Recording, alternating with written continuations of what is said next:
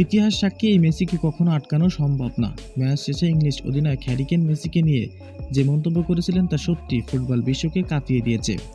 ইতিহাসে সবথেকে সেরা কামব্যাক দেখিয়ে দিল লিওনেল মেসিরা। বড় দলের বিপক্ষে কিভাবে নিজেদের শক্ত রাখতে হয়, কিভাবে প্রত্যাবর্তনের গল্প লিখতে হয় সেটা তাদের আগে থেকেই জানা। সেমিফাইনালে আজকে ইংল্যান্ডের বিপক্ষে মুখোমুখি হয়েছিল আর্জেন্টিনা।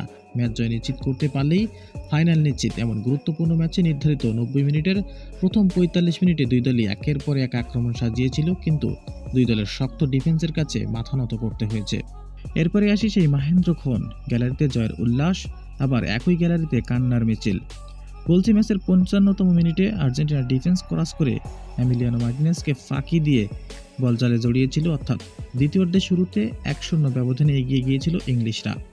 এরপরে শুরু হয় স্কালোনির নতুন কৌশল, একের পর এক প্লেয়ার পরিবর্তন। খেলার তখন শেষ সময়ের দিক। গ্যালারিতে কোটি কোটি দর্শক, সিনেমার পর্দায় কোটি কোটি দর্শক তখন কান্নায় ভেঙে পড়েছিল। সবার মনে একটাই প্রশ্ন ছিল, পারবে তো কামব্যাক করতে? এরপরে সেই অবিশ্বাস্য কামব্যাকের সময়। ম্যাচের তখন 85তম মিনিট। লিওনেল মেসি এনজো ফার্নান্দেজকে উদ্দেশ্য করে বল পাঠান।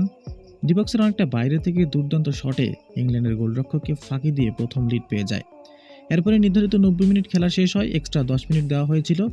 এরপরে 92তম মিনিটে লিওনেল মেসি আবারও ডিবক্সের বাইরে থেকে ডিবক্সের ভেতরে দারুণ একটি বল পাস দেন এবং সেখানে হেড দিয়ে লাউতারো মার্টিনেজ দুর্দান্ত একটি গোল করে 2-0 ব্যবধানে নির্ধারিত 90 মিনিট খেলা শেষে 2026 ফিফা বিশ্বকাপে আবারও কামব্যাক করে প্রত্যাবর্তনের গল্প লিখলেন, সেই সাথে ফাইনালের গৌরব অর্জন করলেন। তবে ম্যাচ শেষে ইংল্যান্ড অধিনায়ক হ্যারি কেন মেসিকে নিয়ে প্রশংসা করেছেন। তিনি বলেছেন, এই মেসিকে আটকানো অসম্ভব।